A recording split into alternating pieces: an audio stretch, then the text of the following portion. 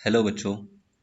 आज हम देखेंगे फाइनल नीट यूजी 2019 एग्जामिनेशन के फिजिक्स पार्ट का सॉल्यूशन। और ये रहेगा हमारा क्वेश्चन नंबर 46 से 60 तक। हमारे कई लेक्चर्स आएंगे जिनमें 15 5 या 10 क्वेश्चंस करके आपको इनका सॉल्यूशन कराएंगे। अब देखिए क्वेश्चन नंबर 46 से स्टार्ट करते हैं। In which of the following processes heat is neither absorb nor released by system. तो यहाँ पर ये जो थर्मोडायनेमिक प्रोसेस आपको गिवन है इनके बारे में अगर जानकारी है तो आप इस क्वेश्चन को देखते ही टिक कर सकते हैं। बड़ा सिंपल सा क्वेश्चन है। जैसे आइसोथर्मल प्रोसेस वो प्रोसेस होता है जिसमें टेम्परेचर कांस्टेंट रहता है ना। एडियाबैटिक जिसमें हीट ट्रांसफर जीरो होता है, कोई हीट ट्रांसफर नहीं होता सिस्टम से सराउंडिंग में या सराउंडिंग से सिस्टम में।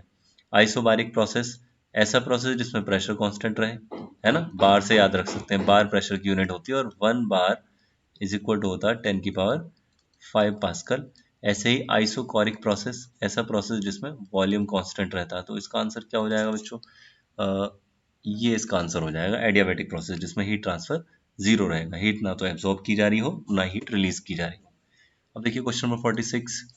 Increase in temperature of a gas filled in a container would lead to. एक कंटेनर में अगर कोई गैस फिल कर दी गई है तो और उसका आप टेम्परेचर बढ़ा रहे हैं, इसके मॉलिक्यूल्स हैं, आप इसका टेम्परेचर इंक्रीज कर रहे हैं, तो देखिए क्या इफेक्ट्स हो सकते हैं।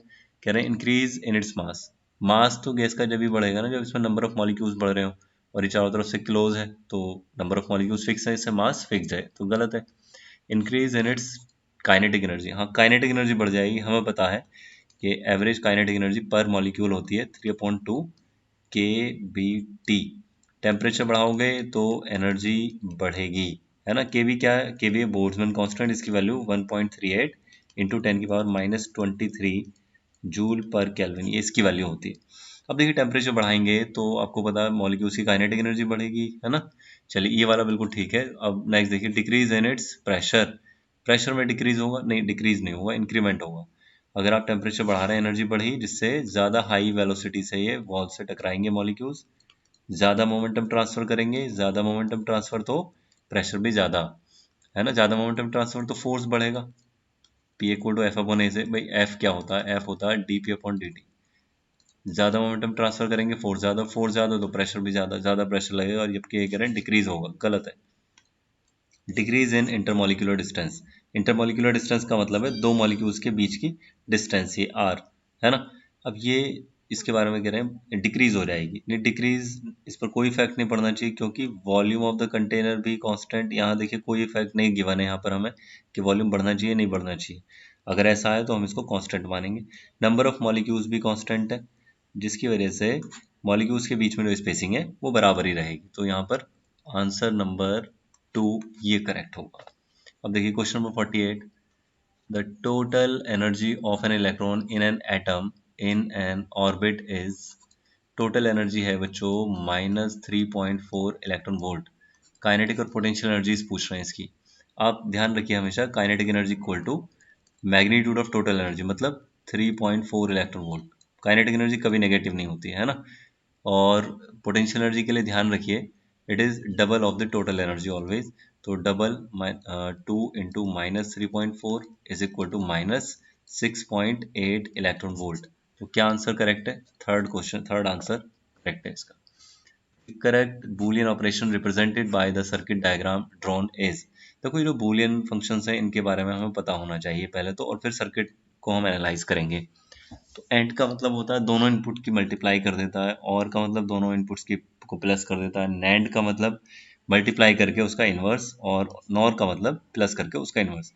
तो यहाँ पर अगर ऐसे क्वेश्चन कभी भी आते हैं ना बच्चों, तो सबसे पहले टेबल बना लीजिए ए बी, और ये आउटपुट के लिए वाई। ए बी का कॉम्बिनेशन हमेशा फिक्स है। कितने कॉम्बिनेशन हो सकते हैं अभी दो इनपुट में? 2 की पावर 2 इक्वल टू 4 हो सकते हैं ना। कॉम्बिनेशन में पढ़ चुके हैं आप।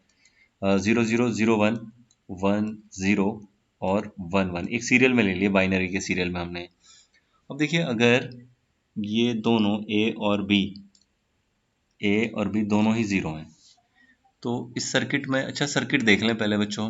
देखो सर्किट में एक की इधर लगी है और एक की इधर लगी है, ठीक।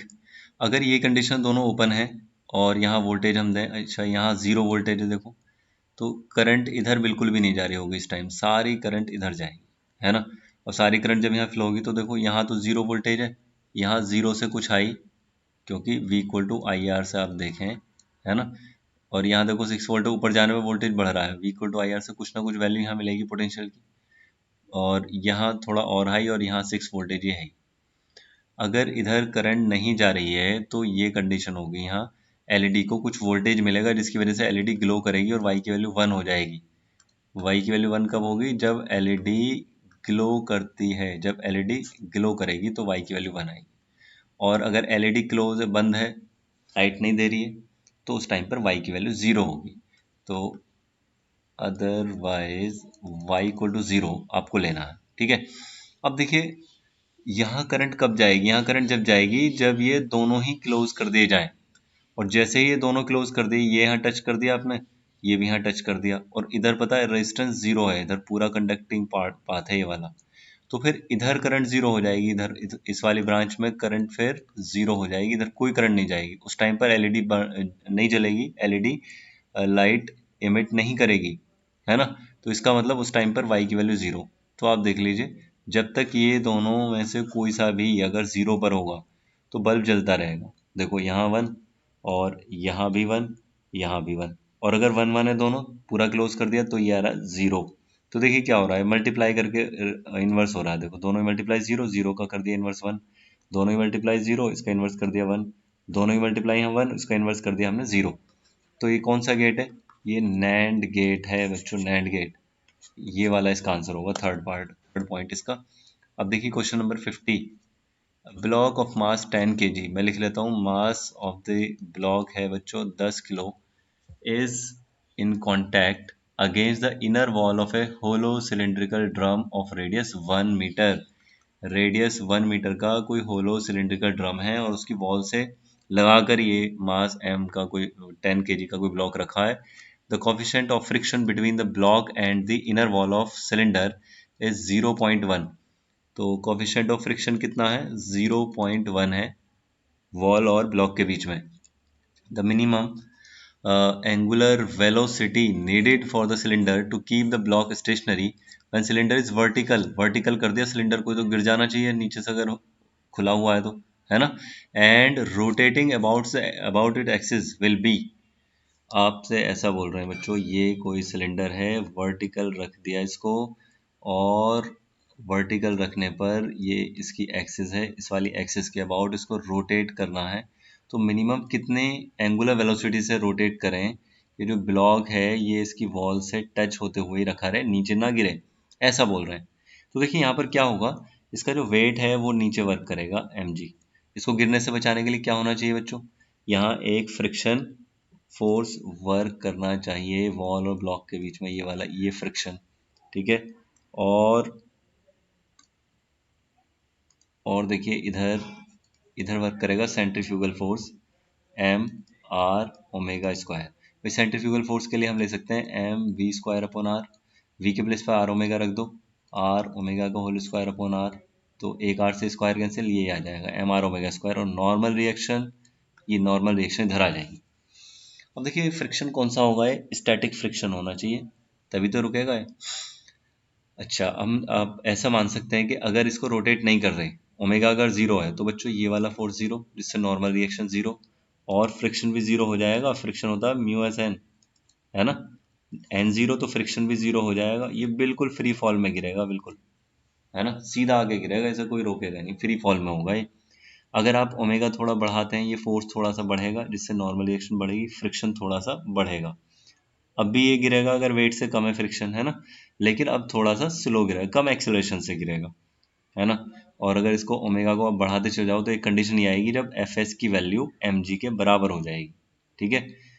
और उसके बाद में भी अगर आप बढ़ाते हो तब भी नहीं गिरेगा, तो इसीलिए बोल रहे हैं कि मिनिमम वैल्यू बताइए ओमेगा की, मतलब जब ये जस्ट एम जी से बैलेंस हो गया है।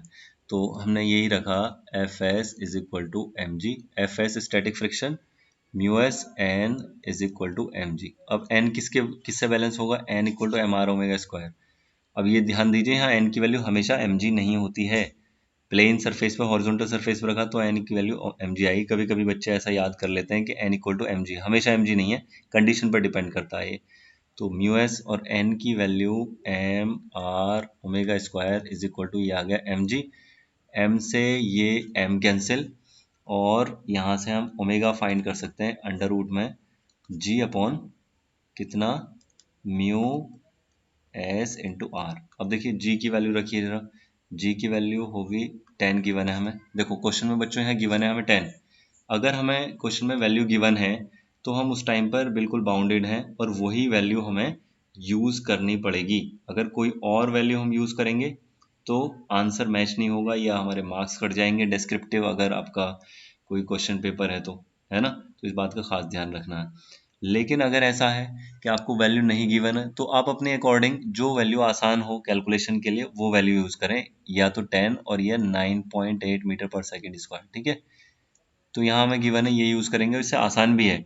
जनरली एग्जाम में ऐसे क्वेश्चन आते हैं, ऐसी वैल्यू उसमें गिवन होती है कि इजीली कैलकुलेशन हो जाए और इजीली आंसर आ पाए आपका। आर की वैल्यू देखिए 1, म्यू एस की वैल्यू पुट कर दी मैंने, तो ओमेगा कितना आ जाएगा अंडर रूट में 10/1/10, तो अंडर रूट में 100 इज इक्वल टू 10 रेडियन पर सेकेंड इसकी ऐसा यूनिट है। तो 10 कौन सा है इसका answer, third. Third answer is correct. Now question number 51। 51 में देखिए, body A of mass 4m moving with speed u collides with another body b of mass 2m। बच्चों दो बॉडीज हैं यहाँ पर, मैंने मान लिया ये वाली जो है ये है m1 मास की, जो हमने डेरिवेशन किया अपनी एनसीईआरटी में उसी के अकॉर्डिंग, और ये है m2 मास, और ये रेस्ट में है। एनसीईआरटी में सेम ये डेरिवेशन 11th क्लास की एनसीईआरटी में, ठीक है। और u1 ये u है, u1 ये है u, और u2 equal to 0, initial velocity of second body 0। The collision is head on and elastic in nature, elastic collision हुआ है, ठीक है। After the collision the fraction of energy lost by colliding body A is. बच्चों same ऐसा question जैसे NCERT में आपने 6.12 example solve किया हो 11th क्लास की एनसीईआरटी में, पेज नंबर 130 पर है। कहाँ है, पेज नंबर 130 पर है, और एग्जाम्पल है ये 6.12 के जैसा सेम। तो यहाँ पर m1 m2 आपको गिवन है, पहला रेस्ट में बता दिया आपसे, और कह रहे हैं बताइए कितनी एनर्जी लॉस होगी फर्स्ट बॉडी की। तो फर्स्ट बॉडी की इनिशियल वेलोसिटी तो आपको गिवन है, तो इनिशियल काइनेटिक एनर्जी हम लिख सकते हैं k1 is equal to half m1 मतलब 4m हो जाएगा इंटू यू स्क्वायर। तो 2 से ये वाला 2 टाइम्स कैंसिल, तो कितना 2m यू स्क्वायर आ जाएगा क्वेश्चन नंबर 1। और ऐसे ही आप देख सकते हैं k2 मतलब फाइनली इसकी काइनेटिक एनर्जी हाफ m1 मतलब m1 कितना है 4m इंटू फाइनल वेलोसिटी का स्क्वायर। अब देखिए फाइनली क्या वेलोसिटी आती है, ये रिजल्ट हमें याद रखना है, m1 minus m2 upon m1 plus m2 into u1। u1 कितना u गिवन है, इसका स्क्वायर कर दीजिए, 2 से ये वाला 2 टाइम्स कैंसिल, तो ये आ गया 2m। और m1 माइनस m2 के प्लेस पे क्या आ जाएगा, देखो m1 की वैल्यू 4m है ये वाली, और ये वाली वैल्यू 2m है, तो 4 माइनस 2 2m अपॉन यहाँ 4 और 2 6m और इंटू यू इसका होल स्क्वायर। क्या है बच्चों, अब m से m कैंसिल, इससे 1/3 आ गया, तो 2m तो बाहर है ही, और ये स्क्वायर होने के बाद में हो गया 1/9 यू स्क्वायर। तो 2/9 यू स्क्वायर, इक्वेशन नंबर 2। अब देखिए हमसे पूछा है कि कितना एनर्जी ट्रांसफर होगी या लॉस होगी, तो बच्चों एनर्जी लॉस्ट पूछा है हमसे, तो एनर्जी लॉस कभी भी फाइंड करें हम तो हमेशा इनिशियल माइनस फाइनल करें, initial minus final.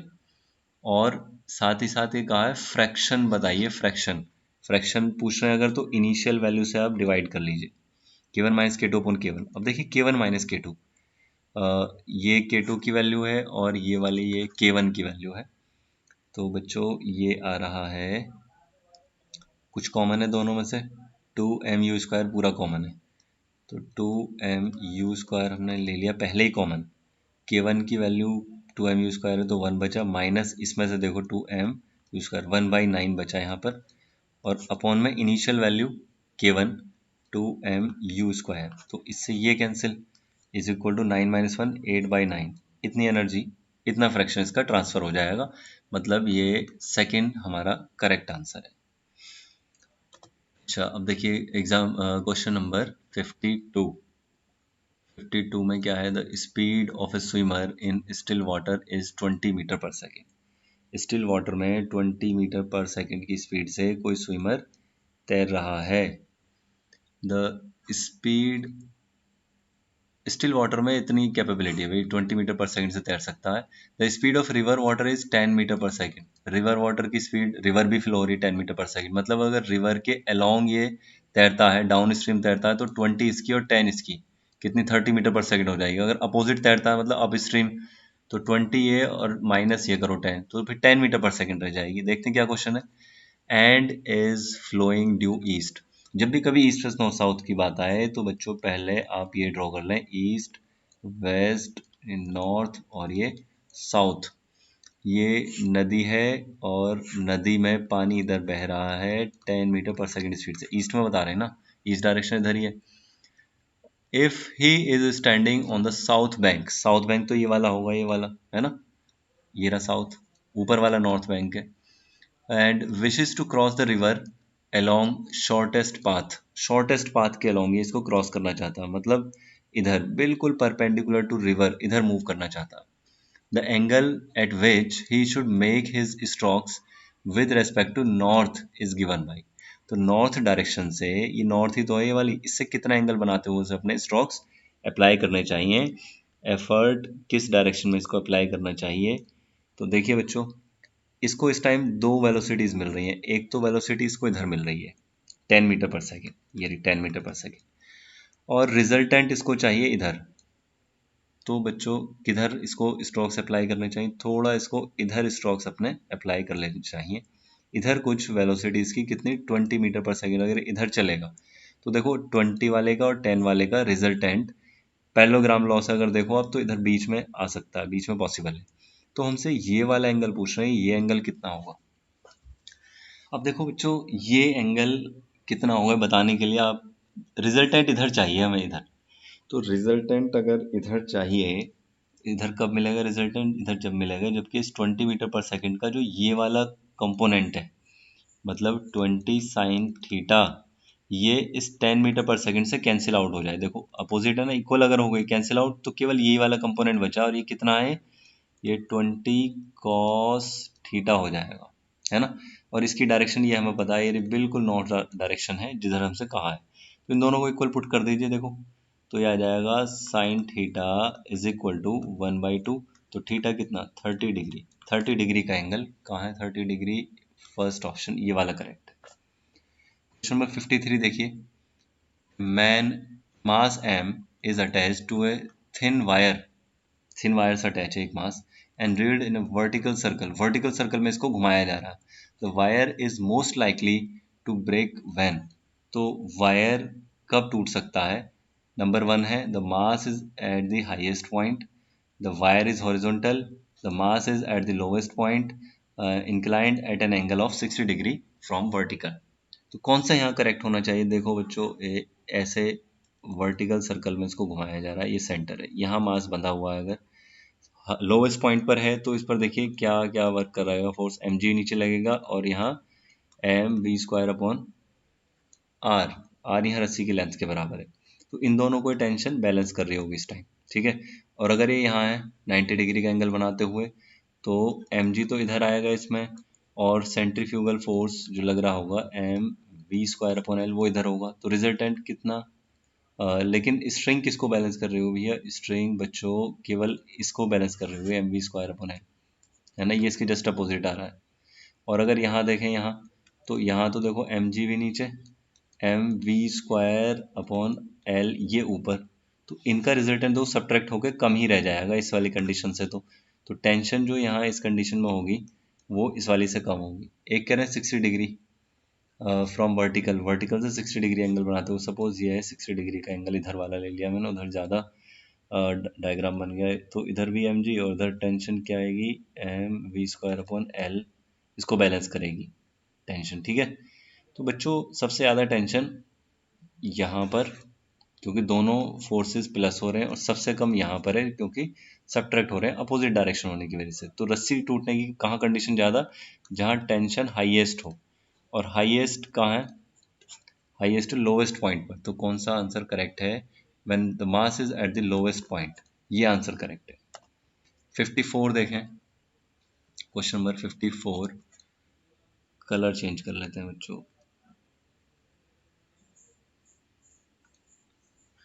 The displacement of a particle executing simple harmonic motion is given by y equal to a not plus a sin omega t plus b cos omega t। तो यहाँ पर देखो तीन term है displacement के लिए, sign और cos वाली साइनसॉइडल, मतलब जो एस एच एम को शो करें दो टर्म है। हमें पता है इन दोनों का सम भी एस एच एम ही शो करेगा, साइनसॉइडल ही होगा। दो साइनसॉइडल फंक्शंस का सम साइनसॉइडल होता है। तो इसको सिंप्लीफाई कर लेते हैं इस वाले पार्ट को इसमें, है ना। और आगे क्या करें, पूछा क्या है तो देख लें। Then the amplitude of its oscillation is given by, तो इसके जो एम्पलीट्यूड है, ऑसिलेशन का एम्पलीट्यूड वो कितना होगा।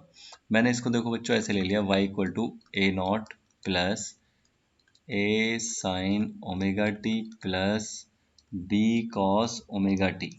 और इतने इतने पोर्शन को मैंने अभी मान लिया इसको कि ये वैल्यू है y डैश है सपोज। तो मैं y डैश को पहले सिंप्लीफाई कर लूँ, y dash equal to A sine omega T plus B cos omega T, ये है। अब देखिए यहाँ इन दोनों को अगर हमें सिंप्लीफाई करना है तो या तो साइन ए प्लस बी का, या sign A minus B, cos A plus B या कॉस ए माइनस बी, इससे रिलेटेड कोई फॉर्मूला हमें यहाँ पर बनाना है, ट्रिग्नोमेट्रिक फॉर्मूला। अगर मैं ऐसा कर लूँ, ये लेट कर लूँ कि ए की वैल्यू है कॉस फाई के साथ में, तो ये बन जाएगा साइन है कॉस बी प्लस, और इसकी मान लो साइन में साइन है कॉस बी प्लस कॉस है साइन बी का बन जाएगा। लेकिन एक मल्टीप्लायर भी हमें चूज करना पड़ता है क्योंकि ए की वैल्यू 1 से बड़ी भी तो हो सकती है। तो यहाँ मल्टीप्लायर मैं मान लेता हूँ, यहाँ पी है सपोज ए मल्टीप्लायर, ठीक है। और यहाँ बन जाएगा sine omega T cos phi, और बी को लेट कर लिया मैंने सेम मल्टीप्लायर लेते हुए साइन फाई। लेकिन अगर ऐसे लेट किया है हमने तो पी हमें बताना पड़ेगा ए बी की टर्म्स में और फाई बताना पड़ेगा। तो देखो जरा, अगर हम बच्चों स्क्वायर करके दोनों को प्लस कर दें ना, तो आ जाएगा A square plus B square equal to P square, मतलब P equal to under root में A square plus B square.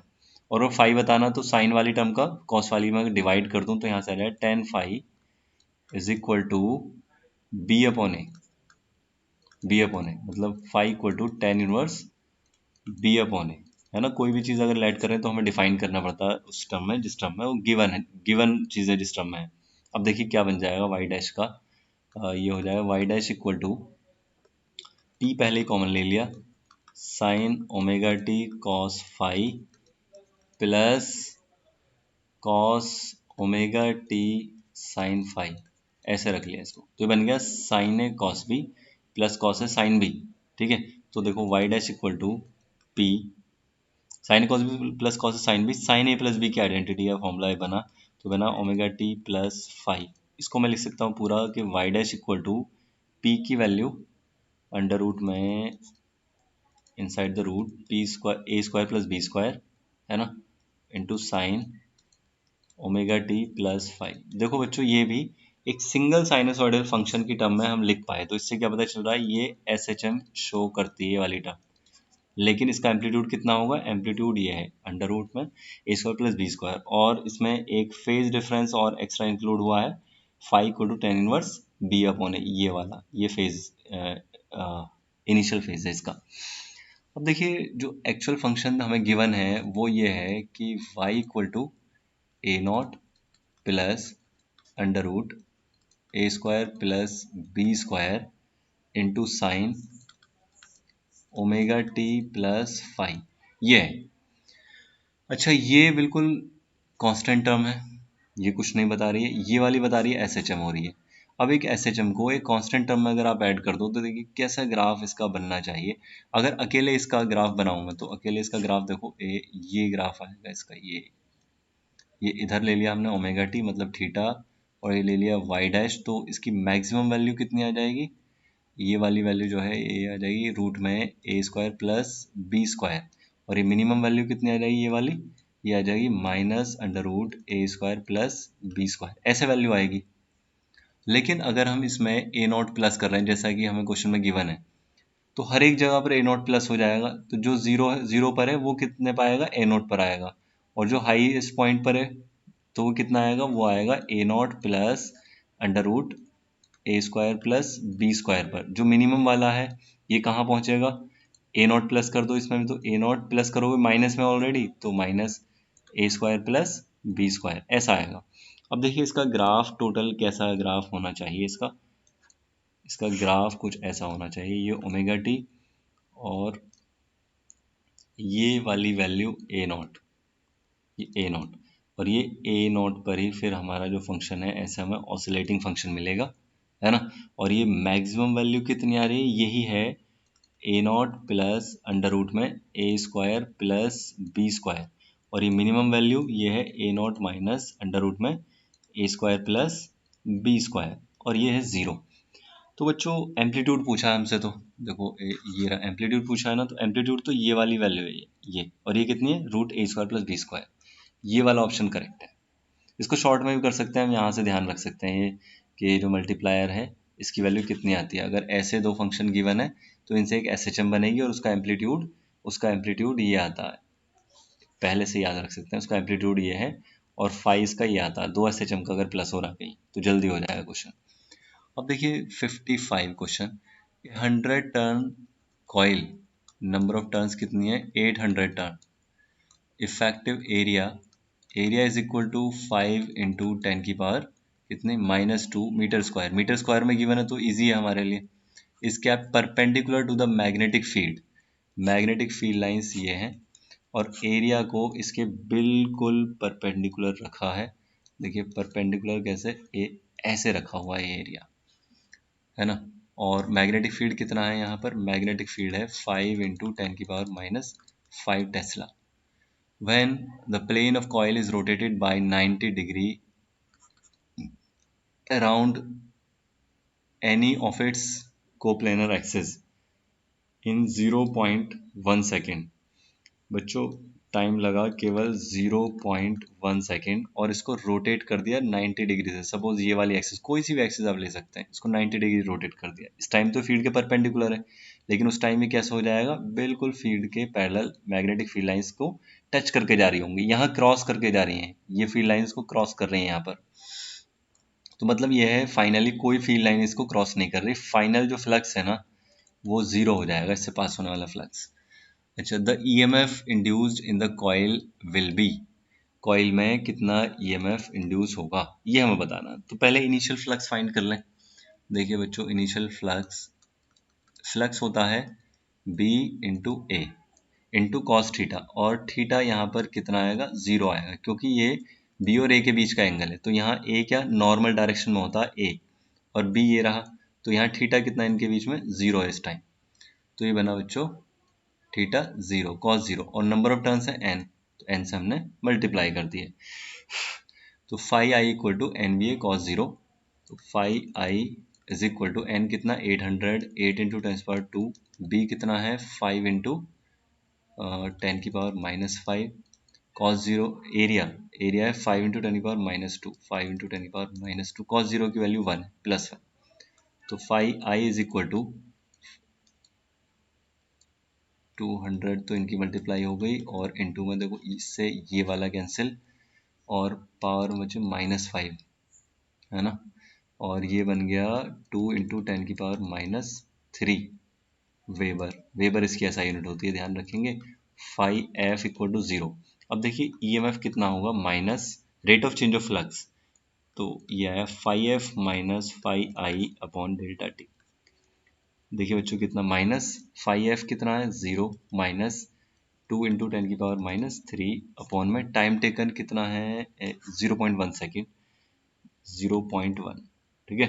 अब देखिए इस माइनस से कैंसिल, तो प्लस में आंसर आएगा हमारा, और 2 इंटू 10 की पावर -2 इतने वोल्ट, ये इतना EMF इंड्यूस होगा। कौन सा आंसर है, 0.2, 2 इंटू 10 की पावर -3, 2 इंटू 10 की पावर -2 का ये फोर्थ वन, ये इसको लिख सकते हैं ना, 2 इंटू 10 की पावर -2 वोल्ट, है ना। चलिए ये आंसर करेक्ट है। इसके बाद में देखिए question number 56, average velocity of a particle executing SHM in one complete vibration. बच्चों ये तो जीरो हो जाएगी, देखो सपोज ये वाइब्रेशन हो रहा है, यहाँ पर पहले जीरो पर थी, इसको हमने यहाँ तक खींच लिया, यहाँ से ये +XM, और ये यहाँ तक ऑसिलेशन कर रही है, सपोज ये यहाँ तक -XM, ठीक है। तो वन ऑसिलेशन कब होगा कंप्लीट, जब जीरो से यहाँ तक गई, फिर यहाँ तक गई, और फिर यहीं आ गई। या आप यहाँ किसी एक टर्मिनल पॉइंट से ले लें, एक्सट्रीम पोजीशन से ले लें, यहाँ से चलकर यहाँ पहुँची, और यहाँ से फिर ये यहीं आ गई वापस, तो वन ऑसिलेशन में डिस्प्लेसमेंट ज़ीरो। तो बच्चों हमें पता है कि एवरेज वेलोसिटी कितनी होती है, एवरेज वेलोसिटी होती है टोटल डिस्प्लेसमेंट, हमेशा ये ध्यान रखिए, average speed, average velocity, total distance या total displacement, total displacement upon total time, total time. ठीक है, तो टोटल डिस्प्लेसमेंट बच्चों जीरो अपॉन टाइम, कुछ भी टाइम हो फिर तो ये जीरो हो गया, एवरेज वेलोसिटी जीरो। ये फोर्थ वन, थर्ड नहीं फोर्थ। देखिए क्वेश्चन नंबर 57 बच्चों, so bubble having radius of 1 mm, radius कितनी है 1 mm, 10⁻³ पहले ही ऐसा यूनिट में कन्वर्ट कर लीजिए, जल्दी करना है तो। Below from a detergent solution, detergent solution से बनाया गया bubble, having a surface tension कितनी है 2.5 into 10⁻⁻² Newton per meter. The pressure inside the bubble equals at a point Z naught below the free surface of the water in a container. इसके अंदर जो pressure है, अंदर pressure देखो, बाहर भी कुछ एटमॉस्फेरिक प्रेशर है, अंदर प्रेशर एक्स्ट्रा प्रेशर होता है, अंदर कुछ एक्सेस प्रेशर होता है। तो अंदर जो एक्सेस प्रेशर है उसके बारे में बता रहे हैं, अंदर एक्सेस प्रेशर डेल्टा पी लिख रहा हूँ मैं, ये होना चाहिए जितना जेड नॉट डेप्थ पर पानी के अंदर प्रेशर होगा। पानी के अंदर कितना प्रेशर होगा जेड नॉट डेप्थ पर, ये होता है एच रो जी। एच तो जेड नॉट बता दिया, रो कितना वाटर के लिए 10⁻3, जी कितना 10 metre per second square given है। देखो ये रहा डेंसिटी ऑफ वाटर, ये गिवन है। वैल्यू ऑफ जेड नॉट पूछ रहे हैं कि ये वैल्यू कितनी होगी, ये गिवन है। तो बच्चों कैसे कर सकते हैं इसको सॉल्व, देखो अगर ये दोनों चीज़ गिवन है तो हम एक्सेस प्रेशर फाइंड कर सकते हैं। बबल के अंदर एयर में एक्सेस प्रेशर होता है 4s/r, बबल में ड्रॉप होती तो 2s/r, और अगर बबल वाटर के अंदर होता है तो 2s/r हो जाता। तो ये कितना है बच्चों, ये गिवन है 10⁻⁴ इंटू जेड नॉट इंटू 10⁻⁴ के इक्वल गिवन है। ये क्वेश्चन में ये रहा, रखिए ज़रा वैल्यू, सॉल्यूशन करिए इसका। 4 इंटू एस है 2.5 into 10⁻⁻² upon radius of the bubble 10⁻⁻³ is equal to Z nought into 10⁻⁴। तो कितना हो जाएगा बच्चों, चलिए इन दोनों में मल्टीप्लाई करिएगा तो 10⁻⁻³ तो इधर 10⁻⁻1 upon 10⁻⁻³ is equal to Z nought into 10⁻⁴, 10⁻⁻4 हो जाएगा इधर, plus 10⁻2 is equal to Z nought into 10⁻⁴।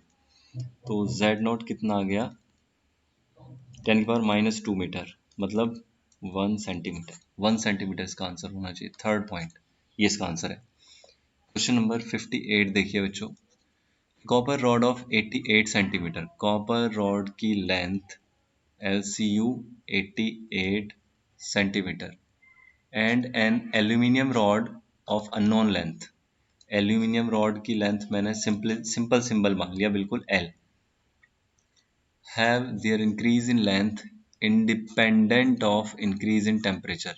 इनकी लेंथ में जो इंक्रीमेंट होता है वो टेम्परेचर डिफरेंस के इंडिपेंडेंट है, कितना आपने इसको गर्म किया। Length of aluminium rod is L पूछ रहे हैं, ये L कितना होगा, और अल्फा CU गिवन है, अल्फा AL गिवन है ना। तो लेंथ में इंक्रीमेंट कितना होता है, लेंथ में इंक्रीमेंट होता है alpha L delta T, alpha L delta T.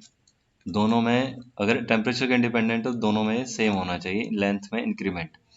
ये कॉपर के लिए, ये कॉपर के लिए, और ये कॉपर के लिए, ये कॉपर के लिए टेम्परेचर का इंडिपेंडेंट है, तो इसका मतलब दोनों में बराबर टेम्परेचर बढ़ाने पर लेंथ में सेम इंक्रीमेंट होता है। तो डेल्टा टी से डेल्टा टी कैंसिल, वैल्यू रखिएगा। LCU की वैल्यू कितनी आ गई 1.7 into 10⁻⁻5, sorry alpha CU, LCU कितना है 88 सेंटीमीटर। देखो सेंटीमीटर मीटर में कन्वर्ट करने की जरूरत नहीं है, क्योंकि जो भी मल्टीप्लायर है इधर से इधर भी जब कन्वर्ट करोगे ना तो उससे कैंसिल हो जाएगा। सेंटीमीटर में रख दिया, सेंटीमीटर में आंसर आ जाएगा। LCU सॉरी ये अल्फा AL, ये भी LAL। तो अल्फा AL की वैल्यू कितनी है 2.2 इंटू 10⁻⁻5 इंटू LAL पूछ रहे हैं तो इसको सिंपल मान लिया था L। ये कैंसिल हुआ एक तो, और इससे कितनी बार 22 चौक 88, 40 बार तो L इक्वल टू 4 × 17 आ जाएगा, 17 चौका 68, 68 सेंटीमीटर। इसका फोर्थ आंसर होना चाहिए, फोर्थ आंसर है। और 59 देखिए, the unit of thermal conductivity is, thermal conductivity heat current के लिए लिखते हैं H इक्वल टू के ए T2 minus T1 upon L, है ना, ये थर्मल कंडक्टिविटी होती है वहाँ। तो K equal to H L upon A T2 minus T1। ऐसा यूनिट देखिए, H के लिए heat current joule per second, L के लिए मीटर अपॉन एरिया के लिए मीटर स्क्वायर और टेम्परेचर डिफरेंस के लिए केल्विन। तो इससे ये cancel, joule per second, second है ही नहीं, देखो वॉट ले रखा है, इसको हाँ वॉट लिख सकते हैं ना, जूल पर सेकंड। बच्चों देखो जैसे P equal to W upon T से यहाँ से ये आता ना, जूल पर सेकंड ऐसा यूनिट आती है, इसको पावर की यूनिट वॉट लिख सकते हैं। तो ये बन गई ऐसा यूनिट ऑफ के वॉट, तो ये ऊपर वाला हो गया मीटर इनवर्स और केल्विन इनवर्स, ये होना चाहिए watt meter inverse kelvin inverse, fourth option ये correct.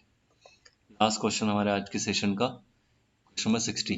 When a block of mass capital M is suspended by long wire of length capital L, the length of the wire becomes L plus small l. The elastic potential energy stored in the extended wire is, wire को extend करने में जो work किया जाता है वो उसमें elastic potential energy के फॉर्म में स्टोर हो जाता है। 11th क्लास में पढ़ा है हमने, चैप्टर 9 में, मैकेनिकल प्रॉपर्टीज ऑफ सॉलिड्स में। बच्चों किसी वायर को हमने यहाँ टांगा हुआ था, एल लेंथ थी, है ना, ये एल लेंथ थी। इससे अगर हमने कोई मास अटैच कर दिया तो इसकी लेंथ में थोड़ा सा इंक्रीमेंट हो गया। ये मास कितना था, कैपिटल एम, ये लेंथ में इंक्रीमेंट एल, ये ओरिजिनल लेंथ थी एल। तो यहाँ आपको पता है वायर जो है इलास्टिसिटी की वजह से स्प्रिंग की तरह बिहेव करता, तो स्प्रिंग में तो हमें पता है कितनी हाफ के x square potential energy store हो जाती है। के कितना है यहाँ, के मतलब जो वायर अपना टेंशन डेवलप कर रहा है या फोर्स अप्लाई कर रहा है उसके लिए फॉर्मूला देखो, वाई से हम फाइंड कर सकते हैं, Y equal to F L upon A delta L, मतलब इंक्रीमेंट, इंक्रीमेंट है एल है। तो एफ को अगर मैं ऐसे लिखूं, F equal to Y A upon L और ये एल। अब देखिए ब्रैकेट में सारा कांस्टेंट है, वाई कांस्टेंट है किसी पर्टिकुलर वाई के लिए, एरिया कांस्टेंट है, अगर कम एक्सटेंशन हो रहा है, लेंथ ओरिजिनल लेंथ भी कांस्टेंट है। तो बच्चों यहाँ से अब क्या कर सकते हैं, हम ये लिख सकते हैं कि हाँ भाई F directly proportional to L है, एक्सटेंशन के डायरेक्टली प्रोपोर्शनल, स्प्रिंग कांस्टेंट है वाई ए अपॉन एल। इसमें एनर्जी स्टोर्ड का मुझे अच्छी तरह से याद है, हाफ के एक्स स्क्वायर। तो 1/2 के कितना, Y A upon L, Y A Y, ठीक है। एक्स स्क्वायर मतलब एक्सटेंशन कितना है, स्मॉल एल का स्क्वायर। तो देखो कितना हो जाएगा, u is equal to 1/2, Y को कैसे लिख सकते हैं हम, वाई को लिख सकते हैं M G upon area, F upon A, stress हो गया, स्ट्रेस अपॉन स्ट्रेन, स्ट्रेन कितनी, change in length upon original length. Y को तो मैंने ये लिख दिया देखो, ये ए अपॉन एल और ये एल का स्क्वायर, कुछ मिस्टेक हुई, स्ट्रेस अपॉन अपॉन में लिखना था ये, तो ये कैपिटल एल और ये एल रिवर्स हो जाएगा ना, स्ट्रेस अपॉन स्ट्रेन जब करेंगे। तो देखिए क्या क्या यहाँ कैंसिल हो रहे हैं, क्या क्या कैंसिल हो रहे हैं, देखो बच्चों ए से ए कैंसिल हो गया, यहाँ एल से ये वाला स्क्वायर कैंसिल हो गया, एल से पूरा एल कैंसिल हो गया। तो u is equal to 1/2 M G small L, है कोई option, capital M, sorry small M लेके चल गया मैं शुरू से ही, कैपिटल एम कर लीजिए, u equal to 1/2 M G L. तो एम जी स्मॉल एल, ये वाला ऑप्शन, थर्ड ऑप्शन करेक्ट है। तो बच्चों आज यहीं पर रोकते हैं आज का अपना सेशन, नेक्स्ट वीडियो में फिर से आपको 15 क्वेश्चन कराएंगे। Thank you.